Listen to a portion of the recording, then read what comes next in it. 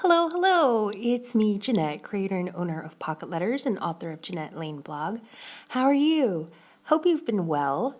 In this video, this is going to be a follow-up to my last video about my easy junk journal. I apologize that it's taken me forever to upload this. I was on vacation in California, and so I was just a little bit busy, but anywho, I will have a link below to that video in case you want to see how I made the bulk of this journal. And in this video, I'm going to be going through and decorating my journal just like a little bit more, adding some small details, hopefully giving you some ideas and inspiration. And as you watch me work, I just wanted to answer a few questions that I got about junk journaling in general. And junk journals, again, they're just a hodgepodge of pretty bits bound together. Either you can sew your journal together, or you can look up different binding techniques on YouTube, or you can staple it using a long reach stapler, which I will have linked below, which I think you should have in case you want to do this kind of crafting. And they're also, long reach staplers are also good for creating inserts in case you're into traveler's notebooks. And again, if you just do a YouTube search, you'll find heaps and heaps of tutorials on how to make covers from like cereal boxes or different types of binding, how to add like interactive elements to your journals, and they're really amazing. You'll find a lot of inspiration.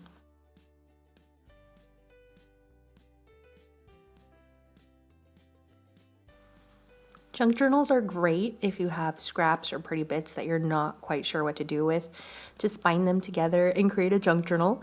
And like I mentioned in my last video, these journals are for keeps. So if you make them for yourself, you just add them to your collection, to your journaling collection. And if you want to make something like this for a pen pal or family member or friend, then that's awesome too. Just don't make them so bulky because it'll add to postage costs if you're planning on sending them via mail.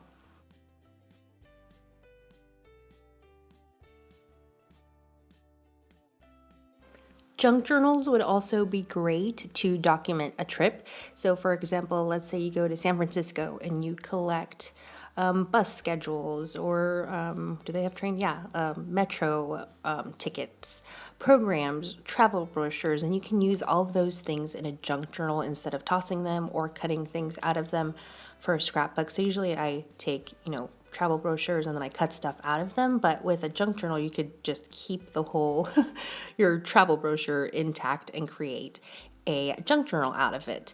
You can do collect business cards, clean restaurant napkins, bus schedules, and then come home and bind them all together to make a travel junk journal, which I think would be really fun to do. I actually have some travel brochures from a trip that I took recently, and I have like little bags and tickets, so maybe I will do a video on that.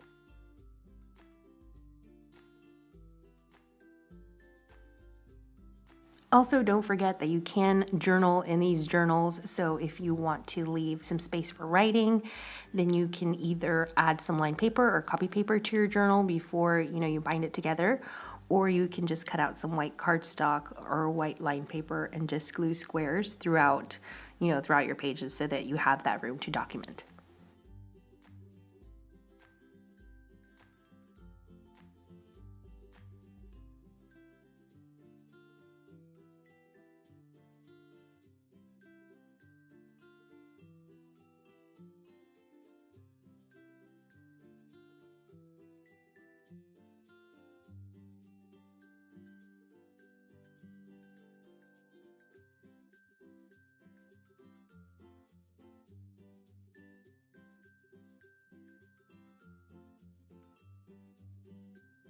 On this page, I'm adding some planner inserts because I never ended up using them.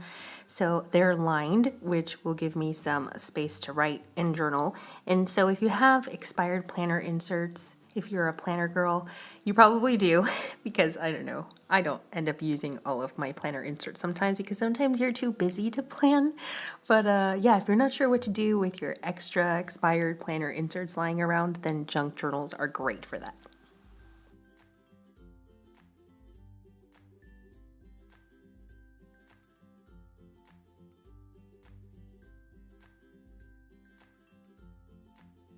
If if you want to give your junk journal a full effect, so if you want to make it seem like it's overflowing with amazing things, which it will be, once you're all done with it, then make sure to, like when you're gluing stuff down, that the pieces are hanging off of the edge just a little bit, because it's going to add some really fun texture and interest to your whole project.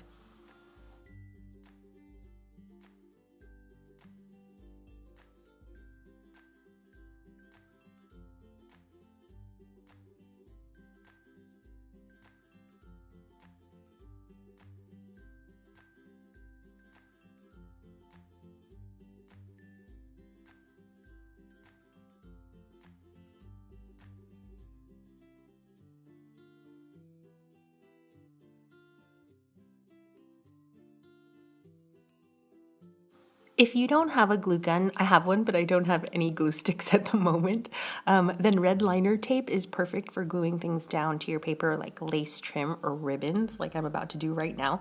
And there's lots of brands, but my favorite is ThermoWeb, and I'll have that linked for you below. Hashtag not sponsored. I think the thing I like most about junk journaling is that it gives me a chance to use up my scraps. I feel like such a responsible adult whenever I use up all the supplies that I have. Like there's something so satisfying to me about finishing a glue stick, or running out of cardstock, or even when I like finish my lip balm, like if I go through a whole tube of chapstick and use it all up, or eat all the leftovers in the fridge. It just makes me feel so excited because I'm not being wasteful. Does that make sense? Can anyone else relate? Let me know in the comments below if you can sort of understand what I'm saying. But yeah, being able to use up your scraps is great, which is why I love pocket letters and planners and traveler's notebooks, because they're small scale crafts. So you're able to use up, gives you a chance to use up your scraps.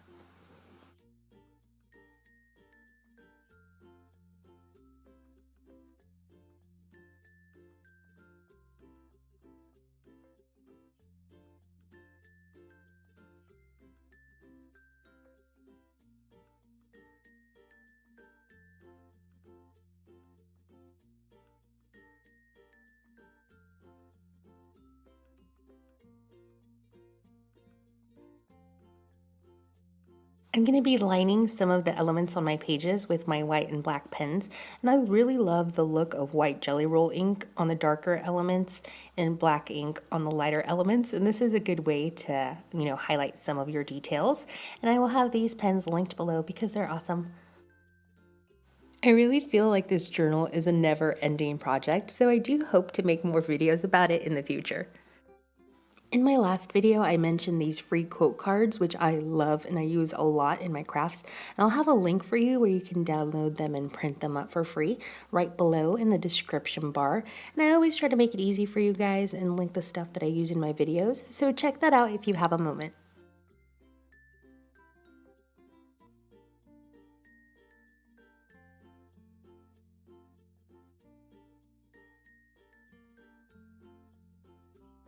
Well, that's it for today, friends. I hope that you enjoyed this video, and I'm so very thankful for you watching. And if you want to stick around for more crafty sessions, then please subscribe to my channel. And if you want to see more of my projects, then you can either head to my blog, which is JanetteLane.com, or you can check out my Instagram, Janette Lane Blog. And as always, thank you so much for watching, and I'll see you all next time. Bye!